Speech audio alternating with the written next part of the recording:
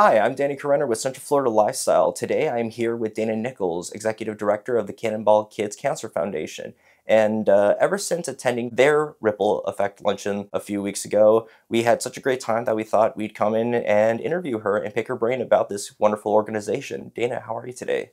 I'm so good. Thanks for coming, and I'm so glad you enjoyed the Ripple Effect Luncheon. We had a blast, and I love to keep hearing from others that they had just as much of a good time while they were there. Excellent.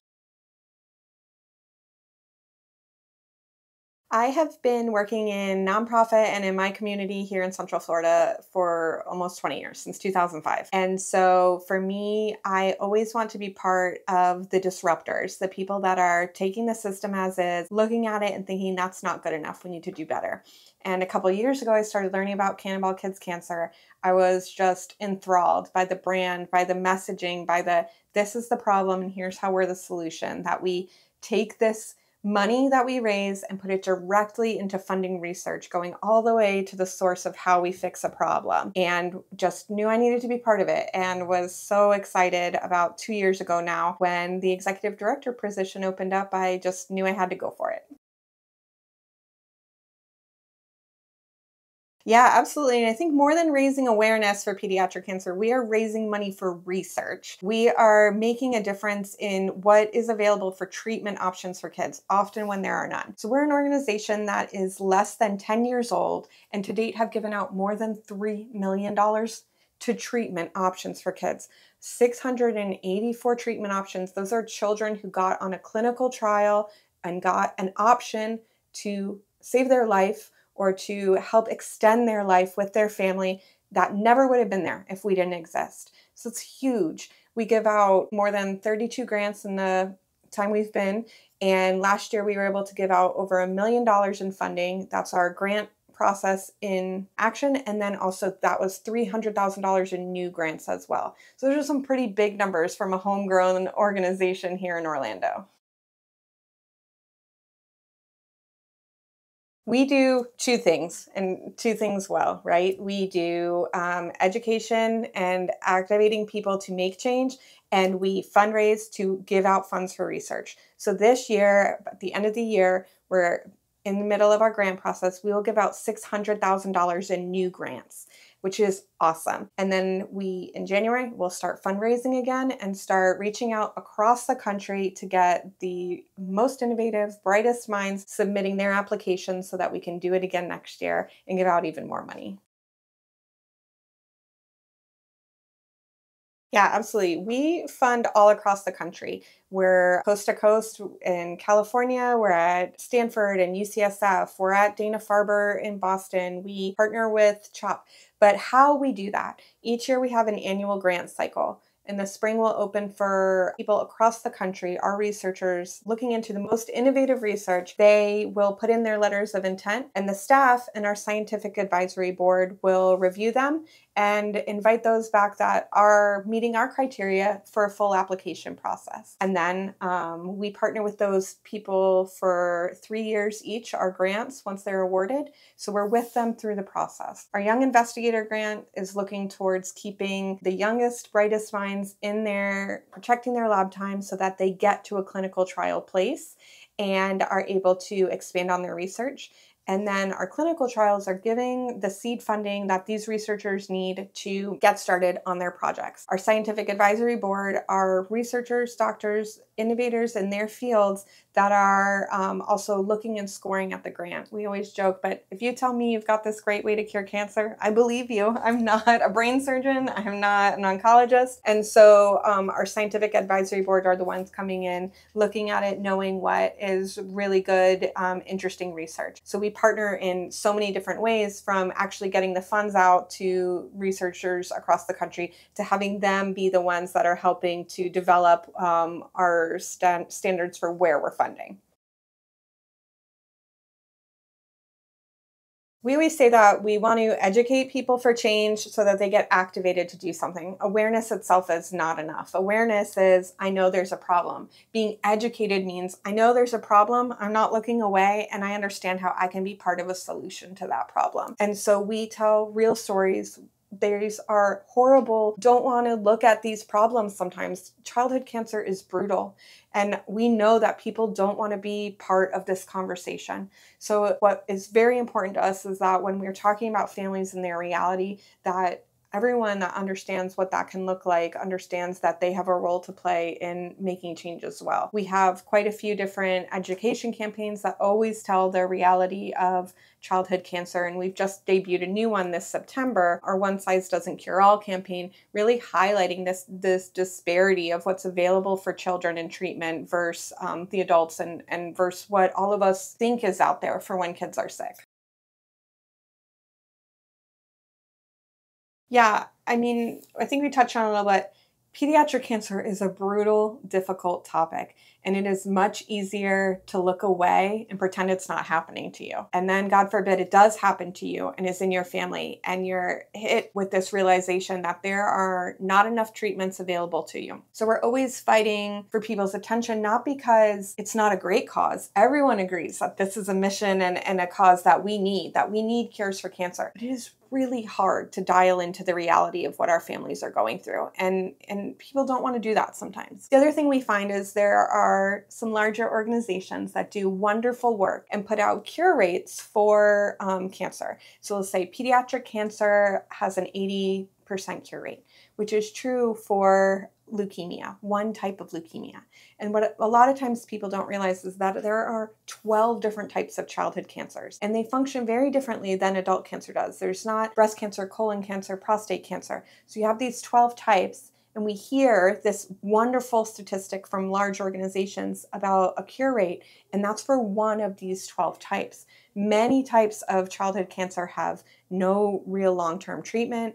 They are brutal, and they leave kids with a lot of life consequences of what they've faced in treatment. We want kids who are able to survive, not just to survive, but to thrive. And to do that, we need to make sure that every type of cancer that kids could have has the outcomes that people tend to think for what is there, but really is just for one type. It's really hard because, so we know that's true, right? We know research works because we have the intense messaging and incredible cure rates for what people overarching see as pediatric cancer. But when you start to dial that out, it's really the one thing. But we know if we can get there for each one, we can really make a long-term impact. One thing I truly always love about Cannonball Kids Cancer, and that has brought me to this organization, were the incredible education campaigns, really putting a spotlight on the true realities of what families are facing. We just debuted a campaign called One Size Doesn't Cure All, and it's really showing the disparity between what's available to kids. A lot of people don't realize that what children are receiving for treatment are hand-me-down adult medications. The same chemo that an adult gets, the same drug options that an adult breast cancer patient gets, they are giving to kids in a dose-down way. And kids' bodies are not adult bodies. This is not okay. I have two small children, and when I need to get Tylenol for them, I don't give them the Tylenol I take or my husband takes. We go get children's Tylenol. No one would think to give kids adult medicines from even an over-the-counter perspective. And yet here we are giving them these dose-down adult megs that are giving them problems with fertility and hearing and growth and all kinds of long-term side effects. So how do we get that message across in a really easy, palatable way? Our education campaign, One Size Doesn't Cure All, which I suggest anyone go to our website or go to researchesthekey.com. It'll take you right to there. Shows all of these adorable kids in really outdated, oversized clothes. And it's so obvious that's not what they're supposed to be wearing. But if we're not doing that with clothes, we're not doing that with meds. It's not okay. And so the campaign has a lightness to it and a levity, but to show people how silly this is, that when we're not putting them in a men's suit because they're a toddler, we're definitely not giving them, shouldn't be giving them the same medications. And unfortunately we are. That is the reality of cancer treatment right now. And it's just not okay. I think our community is large. We fund across the country and we fundraise across the country. But we're grown right here out of Central Florida, and more I am interacting with people who know where we are, know who we are, and know the problem. And I think that's how we're measuring impact. You know, every time someone hears the story of what we're doing, even you today, you're like, oh, I had no idea. And now you're part of this, right? So for us, it's very much that. It's also, you know, seeing our events grow, seeing people reaching out to their different communities and telling them, and then seeing our fundraising and what our capacity is to give out more grants, see that grow through the years.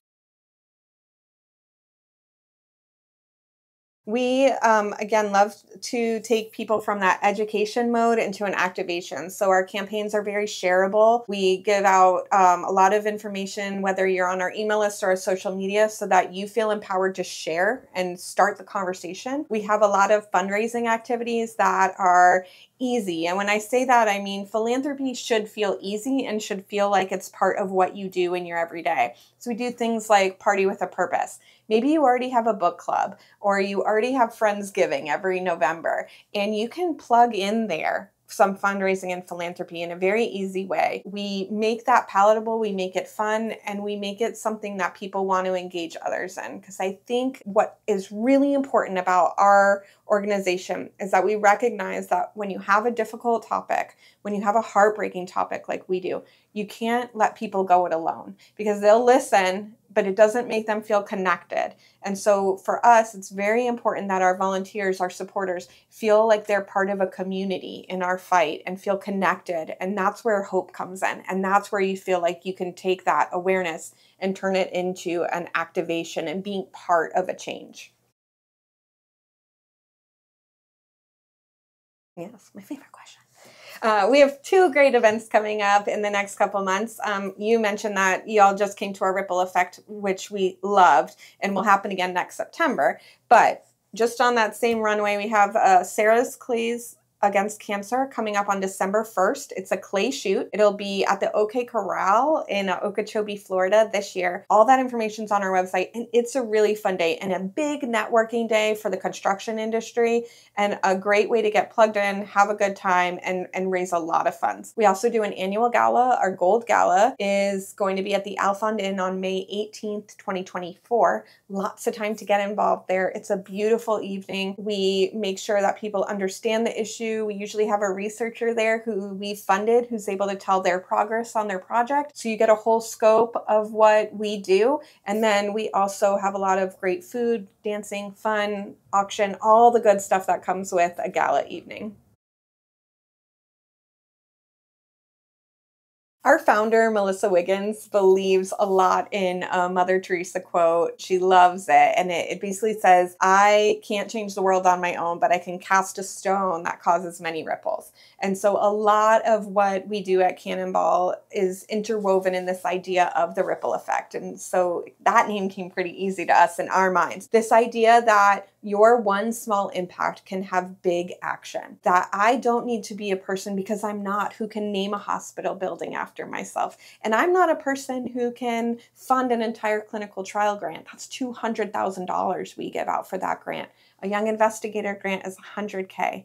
Those are big numbers, but I don't have that money. But can my piece that I am able to do go into what Cannonball Kids Cancer is able to do and give out a clinical trial grant? And then that clinical trial grant at $200,000 really is only even the seed and the start of that. You need millions of dollars to run a clinical trial. But when you have that first investment, which CKC often is, then our researchers go on to get other larger grants or get NIH funding. We've had several in the past year that come back and say, I got my full funding from NIH, $4 million that they wouldn't have gotten if we didn't start there. So the ripple effect to us is very real. What can I do that pushes out in my community and in my world of trying to make a change for pediatric cancer?